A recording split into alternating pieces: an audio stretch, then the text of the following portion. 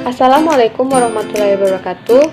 Perkenalkan, nama saya Pina Rezara dari Prodi D3 Keperawatan Poltekkes Kemenkes Bengkulu dari kelas 1B. Baiklah, di sini saya akan menjelaskan sedikit tentang konsep vaksin. Vaksin adalah zat atau senyawa yang berfungsi untuk membentuk kekebalan tubuh terhadap suatu penyakit. Pentingnya vaksin untuk mencegah penyakit. Setiap orang perlu mendapatkan vaksin, terutama bayi dan anak-anak, karena mereka memiliki daya tahan tubuh yang masih lemah dan berkembang. Namun selain bayi dan anak-anak, orang dewasa juga perlu mendapatkan vaksin.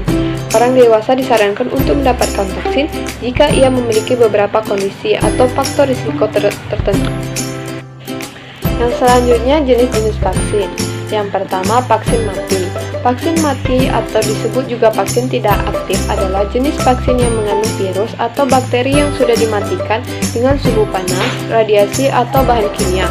Proses ini membuat virus atau kuman tetap utuh, namun tidak dapat berkembang biak dan menyebabkan penyakit dalam tubuh.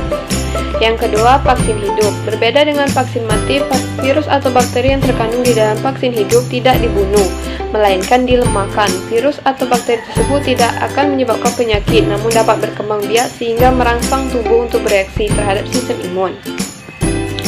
Yang ketiga, vaksin toksoid. Vaksin toksoid berfungsi untuk menangkal efek racun dari bakteri tersebut. Vaksin ini terbuat dari racun bakteri yang diolah secara khusus agar tidak berbahaya bagi tubuh, namun mampu merangsang tubuh untuk membentuk kekebalan terhadap racun yang dihasilkan bakteri tersebut. 4. Vaksin biosintetik.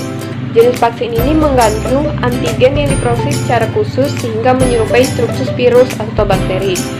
Vaksin biosintetik mampu memberikan kekebalan tubuh yang kuat terhadap virus atau bakteri tertentu dan dapat digunakan oleh penderita gangguan sistem kekebalan tubuh atau penyakit kronis.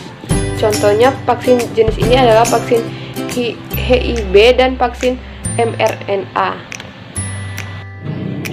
Selanjutnya, manfaat vaksin.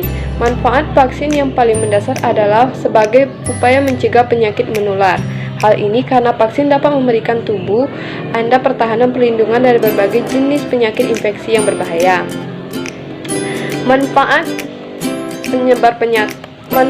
vaksin bagi tubuh. Yang pertama, mencegah penyebar penyakit. Yang kedua, melindungi dari risiko kematian dan cacat. Yang selanjutnya, menghemat waktu dan biaya.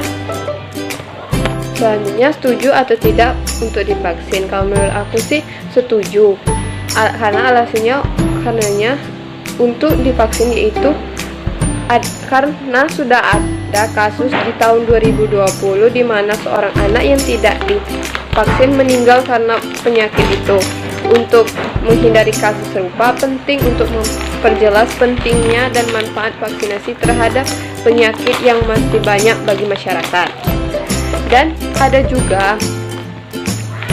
juga yang masih takut untuk divaksin karena ada zat yang ditambahkan ke vaksin. Padahal zat ini berada dalam jumlah terkontrol dan tidak berbahaya bagi manusia dan bisa meningkatkan imunitas dalam bentuk kasus inflamasi. Sedangkan di wilayah Kabupaten Bengkulu Selatan, tepatnya di daerah mana, sebagian orang yang setuju untuk divaksin, namun sebagian lagi tidak setuju. Alasan mereka tidak setuju untuk divaksin yaitu karena kegunaan seseorang untuk disuntik rupanya dapat dilatar belakangi oleh berbagai faktor psikologis.